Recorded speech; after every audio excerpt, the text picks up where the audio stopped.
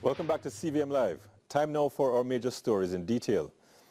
So we begin with an unusual and worrying story out of St. Anne. A man who was taken to hospital with a stab wound was attacked again while in the facility. CVM's Nika Lewis has that story. It was like a horror movie how the incident unfolded Tuesday at the St. Anne's Bay Hospital.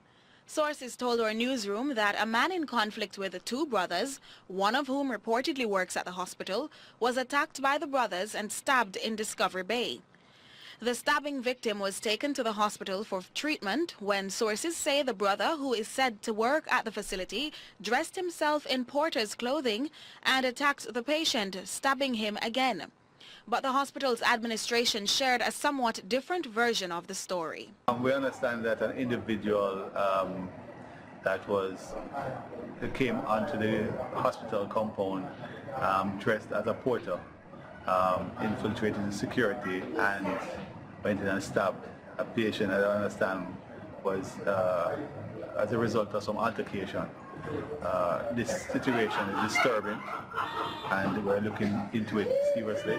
We're looking at the security aspect of the hospital to ensure that we don't have a recurrence of this because this is a new security company that we just hired to ensure that there's a higher level of security. It's a large facility requiring constant monitoring, and that can sometimes be a challenge, according to Belnavis. He suggests police supervision for violent cases such as stabbing or intentional wounding to prevent any reprisal. Individuals that are involved in any sort of wrongdoing need to have the police at their bedside because it's an open bed approach that we have at the hospital, and we can't have it's not individual rooms, so the police need to be there monitoring individuals that are stabbed and so on. He said they recently outfitted the hospital with surveillance cameras and hired a new security firm while maintaining strict cutoff times for security purposes. I think there have been incidences over the years. I've been the only regional hospital on the coast, and there are so many people there. Between workers and patients, we're looking at over 1,000 people. So it's a big institution. We see over 4,000 patients every month. So both in the hospital and through the outpatient department. So a lot of people traverse in the institution, and we just recently installed some cameras to ensure that there's a greater level of vigilance. Nika Lewis, CVM Live. There was uproar in the lower house of Parliament today. Anxious for debate on the NIDDAY bill, members of the opposition broke out into song when the Prime Minister decided to suspend the debate until another time. Members, if you do not behave yourself, I am either going to adjourn the House or ask you to leave.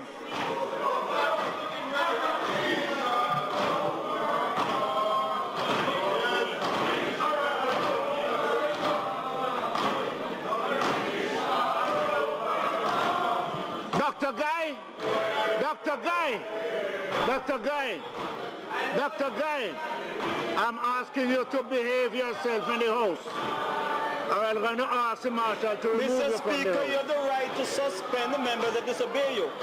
You have the right to suspend them if they disobey you. Speaker of the House of Representatives Pernell Charles opted to suspend the proceedings of the House. Members, this House is suspended for 20 minutes.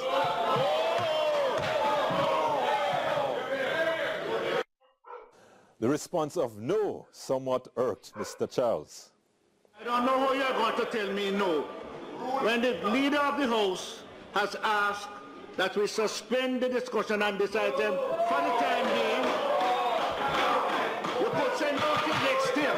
I am telling you, on the request of the Minister, the item is suspended, and we will return to the item at the proper time. Of course, the NIDDAY bill was passed after the opposition walked out of the Parliament. But 3 persons are dead after a collision on the Temple House. Down her son and a female friend while they walked to her house in Portmore St. Catherine on the weekend. CVM Live received amateur images of passers-by trying to rescue the victims from the bushes where they landed after the impact. Both were hospitalized in critical condition. However, there is only one survivor, and she is still very ill.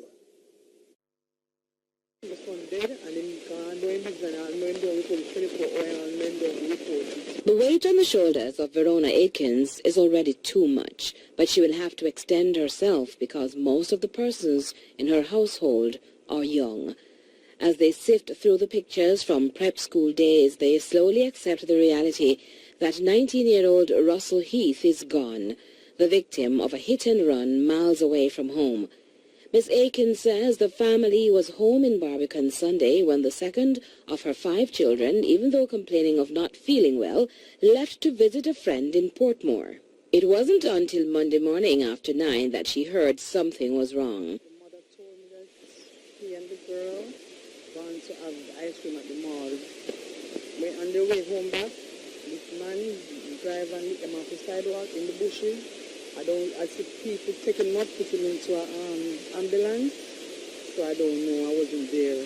Russell's friend from her hospital bed still remains the main source of information on the final moments of the former JC student who worked with ATL Audi while attending UTech.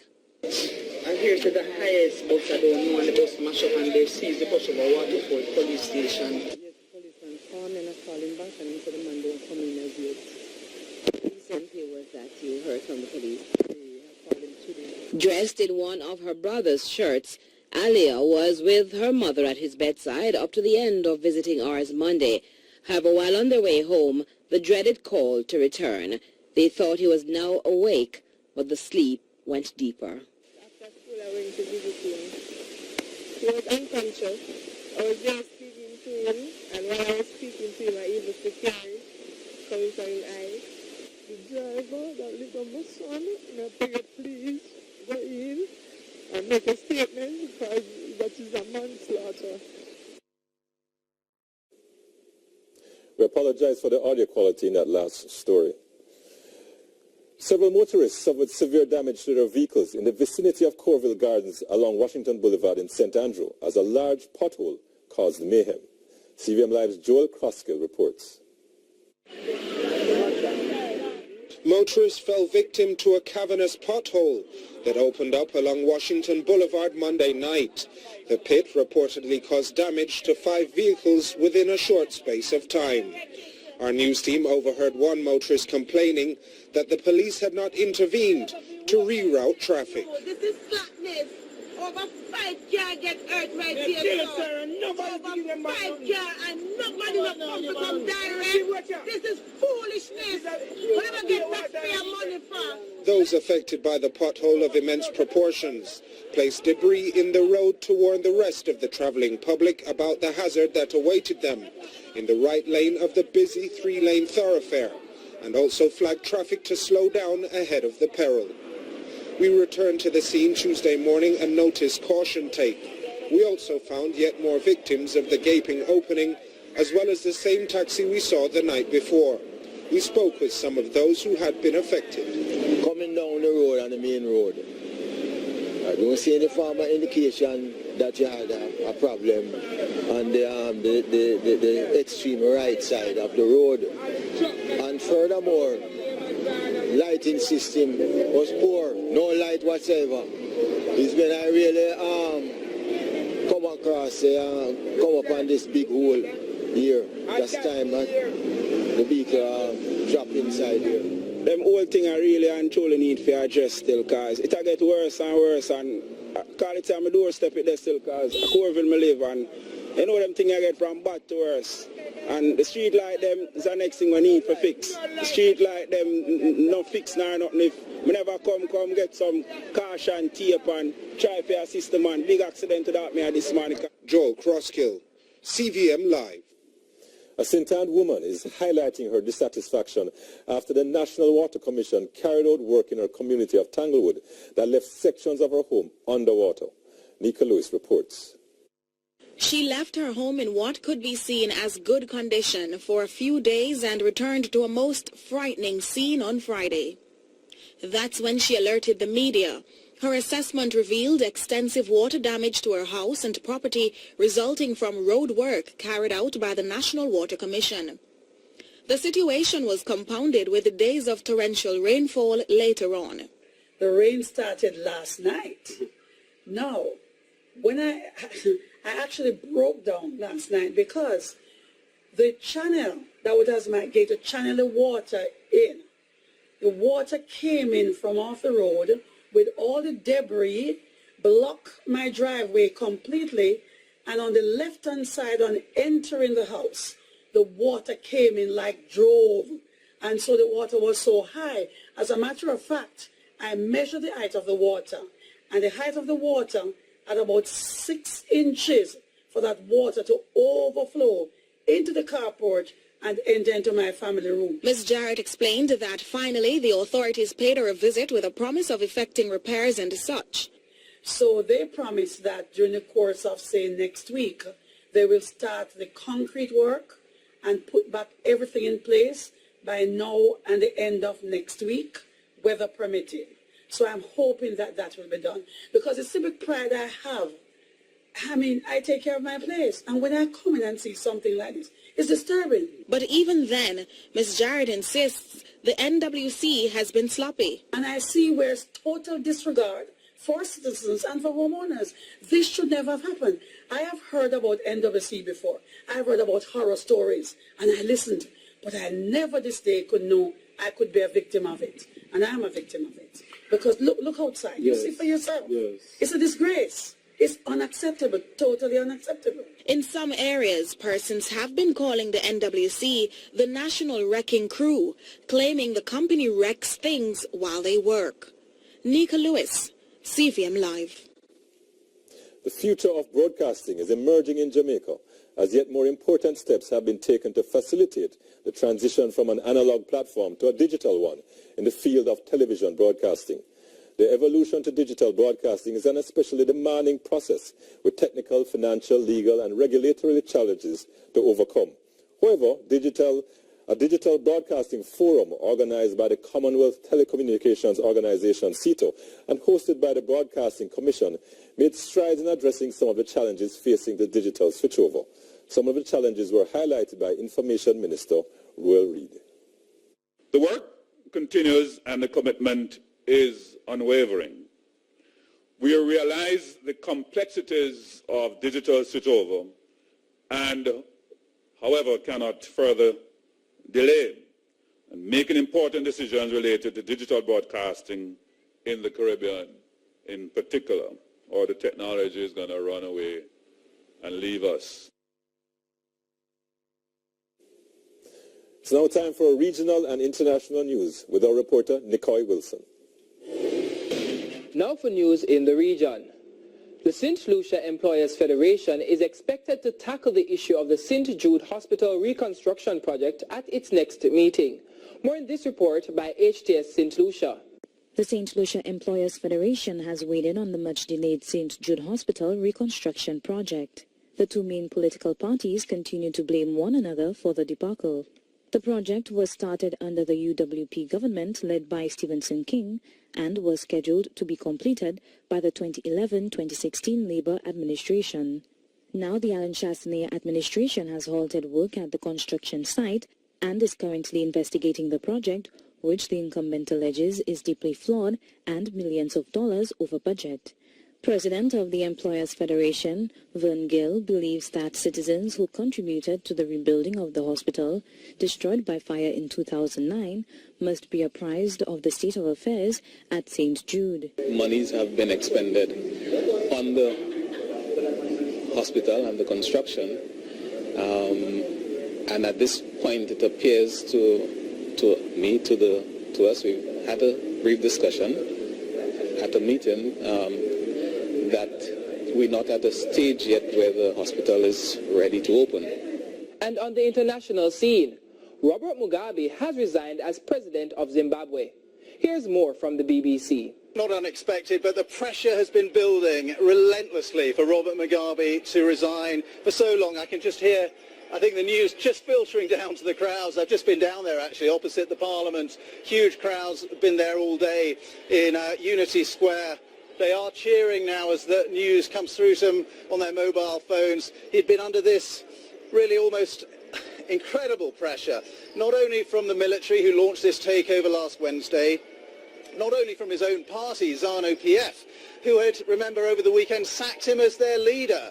They completely turned against the man they were once slavishly loyal to. One ZANU-PF member said that Mugabe was an animal who needed to be got rid of. So there was pressure from the military, there was pressure from the party, and there was also pressure from the people of Zimbabwe. On Saturday we saw something we haven't seen before really in Zimbabwe. Tens of thousands of people free to march through the streets of Harare and to demand the resignation of Robert Mugabe, because the army allowed them to do that. In the past they would have been beaten and they would have been arrested if they'd done that, even criticised Mr. Mugabe. Listen to that noise.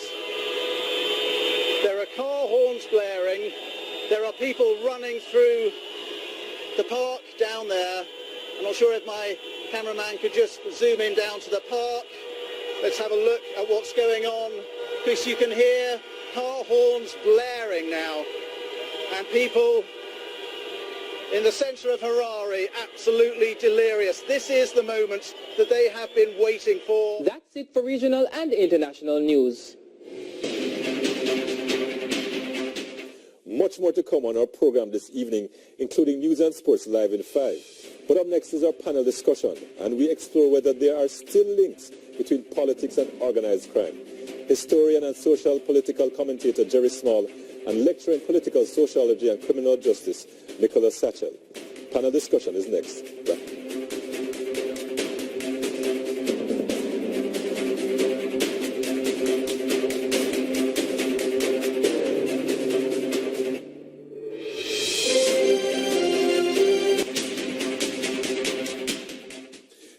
Welcome to News Live in 5, a recap of top stories and more. I'm Joel Crosskill.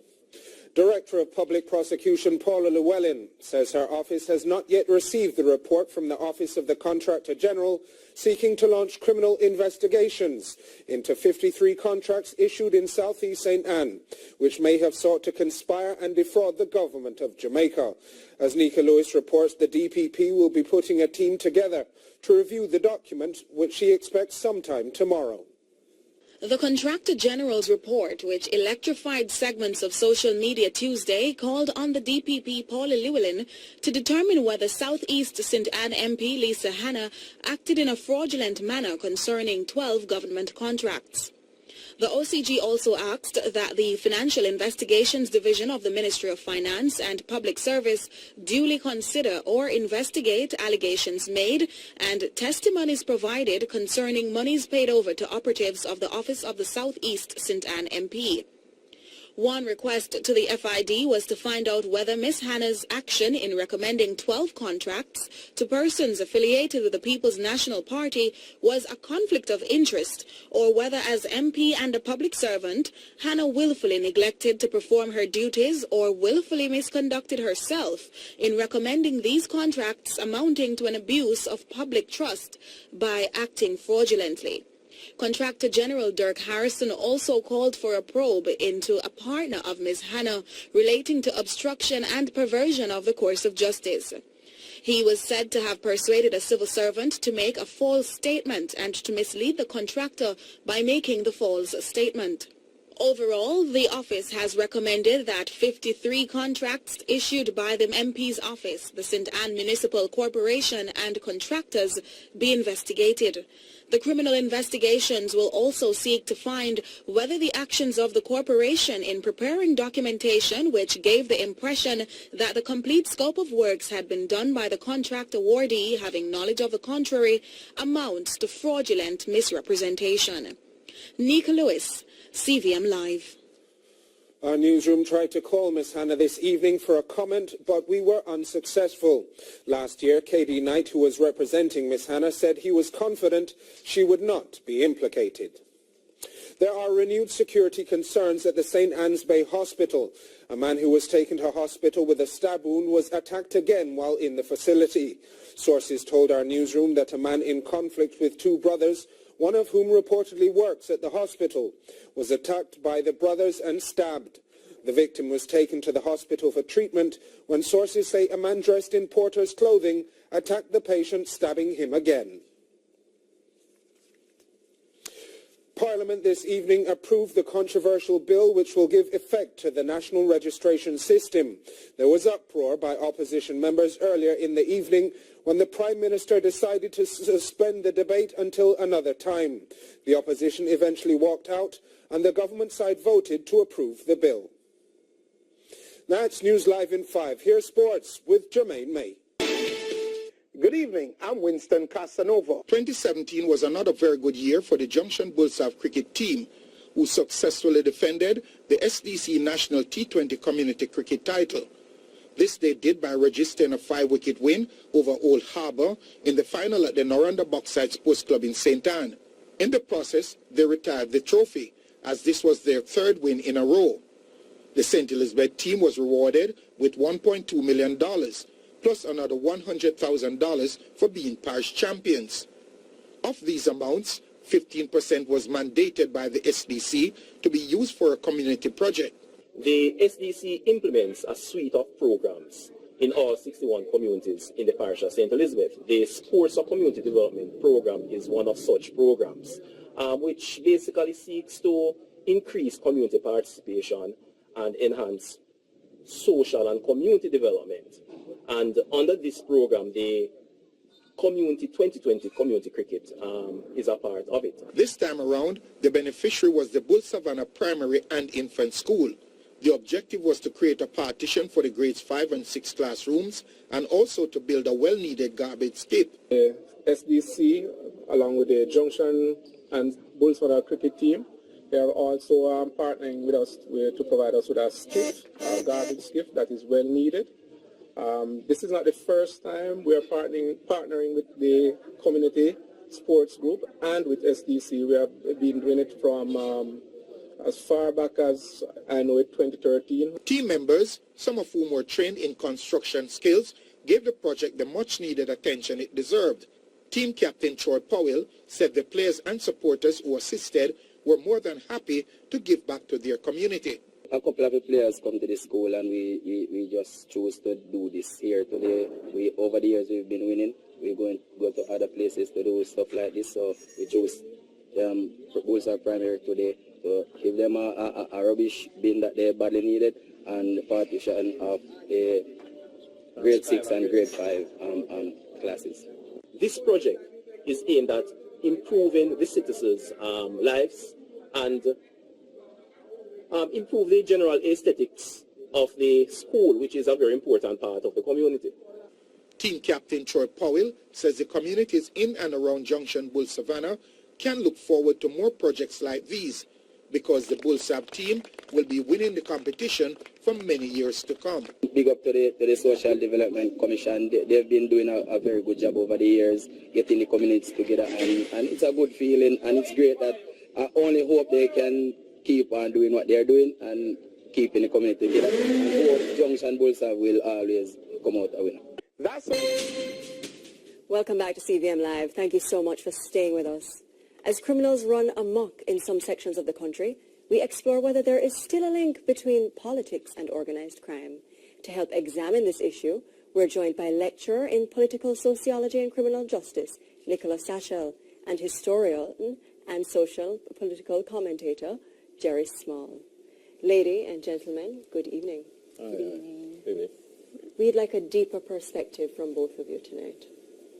It was established years ago that there is a nexus between organized crime and politics. Here in 2017, how have we broken that nexus? Let's start with you, Nicola. Well, I thank you for having me to share in this very interesting topic. We have been doing significant work in terms of the legislation that is needed to tackle the issue. Of course, we have established, as you have said, years ago, that there really is this link. But the question is, are we really utilizing all that we have promulgated or that we have put into the legislation? Is it that we're seeing where there is greater political will to adequately deal with the problem? And a concern that I have is garrisons and that what was described as a vulgar expression of that link between organized crime and politics. Okay, Nicola. Yes. Before we delve deeply into that, Jerry, from a historical perspective, here we are today in 2017. Have we broken that nexus from, say, 1970, 1980 to 1990? No, not at all. You mean the state and the political culture? Not at all.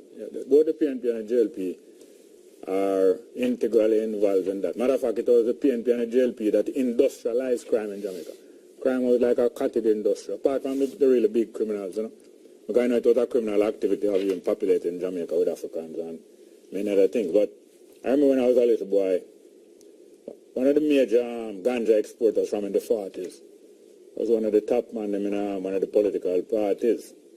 And then even when Bustamante moved against Pinnacle, which was in the Sligoville area, that same PNP big man was in the Sligoville area in the ganja business. And Busta was also moving against Pinnacle because, like, Rastaman was developing a big interest in ganja and so on. And that's too big for them, you know. The big proceeds the small people must be involved in that. But, you know, in the early days, crime, including gun crime, people like Reagan and so on, that was like a little cottage industry. But it's when the politicians start to employ the bad boy them in the communities, and they start to learn how to organize better. And they, especially in the 70s and 80s, a lot of the, what you'd call petty criminals in the underworld, learn how not only to organize better, but how to travel and set up their own business abroad. But where are we now, Jerry? No? All right, for instance, you know, it's rarely that any of the parties, you find them involved in the organizing of crime and corruption. But you remember when Paul Burke, after trying to explain why the PNP lost the election, he named that 4 of the senior officers in the PNP had failed to hand over millions of dollars to the campaign. That's why they never have enough money to campaign. And he named some of them. The only one of them responded, was Omar Davis. Responded that, boy, I never take no money. But Paul Burke did point out that there's an agreement that the PNP is supposed to get 1.5% out of all international contract. And just calculated by that alone, estimated that some of these guys are taking up to 20 million instead of handing it over to the party. So if that is going on at the corruption level, can you imagine what is going on the ballot box stuffing level and the shooting level? Nicola, what does this mean, this connection between crime, organized crime and politics, mean for the society, for crime, and for the politics? Right. So when we looked at our national security issue in 2013, we said that Tier 1, meaning the greatest threat that we have, includes organized crime. We're seeing what it is doing in terms of creating safe spaces for criminals where it is difficult for certain areas to be policed. The image that we have internationally. So we have, for example, this tourist conference, and along with that, we're hearing that there are so many things happening in Montego Bay, and we know that that is being driven by lottery scamming, which is an organized crime activity. So all of this really, and we want to have at this stage in our democracy where there is freedom of choice. Is there a connection, Nicola, between lottery scamming and politics? Is that a connected organized crime? Is there a political influence in there? Well, that is kind of tough because, of course, I can only speak of the research that I've done. And there have been narratives of that. But in terms of the clear connections, we are not sure. Now, I say this. The business community in Montego Bay was commending the money that the lotto scamming had been bringing into Montego Bay and bringing into circulation. And we're asking the government and the security forces to be careful how them quash it down. I don't know if you remember that. And also, Bebe, you know, you have to be careful because people see you, but Bebe gone either upstairs or downstairs. I don't know where he is at the time. But you remember when Bebe died, and even when he used to splash the money around, he did a lot of financing of campaigns in that area. And yet, when he died, although one lady said that she never knew him, they had to go to his funeral and all that kind of thing. Because, as I said, the poor criminals, I mean, you always had big man and rich criminals in Jamaica, from Captain Morgan and before. But the poor criminals who start to make money now and who start to really keep control of money and keep control of their own guns, they reach equal status with the businessman politician and they have been financing the party activity from at least 1985 when at a party conference, one underworld man brought a whole briefcase of money and presented to the PNP at the party conference when they were very broke. Jerry, you have looked at the history of Jamaica for a very long time. Has there ever been a period that you can say that there was a serious attempt to break this nexus, and what was the effect of that? Well, since the independence, I can't see any real serious attempt because both parties know what the other one's doing. And a matter of fact, the three parties that have lasted any time in Jamaica, the PNP, the JLP, and the WPJ, all of them have had their connection with underworld activity. You know, because even some people claim that as revolutionaries, they have to go outside of the box. And the WPJ, if they would care to, would tell her that they were getting as skillful as the PNP and the JLP. Yes, but I think the fact that we can talk about this, that there has been conversations, the fact that we have included this in how we are now attacking the crime problem, and we're giving our criminal justice system legislation to deal with it. While we might not be utilizing it effectively, we still have that, the conversation and that foundation to deal with it. And we as a society, we have to collectively, who are the persons that we're choosing to lead us? If it is that we know that there are clear linkages, are we demanding change? And we have to know that the power is still in our hands to demand that change. So yes, there is the legislation. No one is coming forward to help with it. It makes no sense. Jerry, Nicola. You did some good research, and you would have known the great work that Barry Evans did amongst gangs in the early days. But I don't know if you are aware of the inquiry into the Orange Lane fire and the Rima killings and throwing of eviction of people in 1976. Yes. I don't want, my old man was the person, Ronald Small, who did the inquiry. Yes. And when he brought out certain things in the inquiry, and he even came to the conclusion and wrote it in his report, that Tony Spalding, the Minister of Housing, was somebody who was closely associated with gunmen and things. He was penalized by that, about $3 million tax. Them assess him for before the end of the year. Well, Jerry, thank you so much for that history. Nicola, thank you so much for coming to discuss this very pertinent subject. But have we broken the nexus between politics and crime? Do we have the political will? We're going to be following up with this story. But first, we take a break.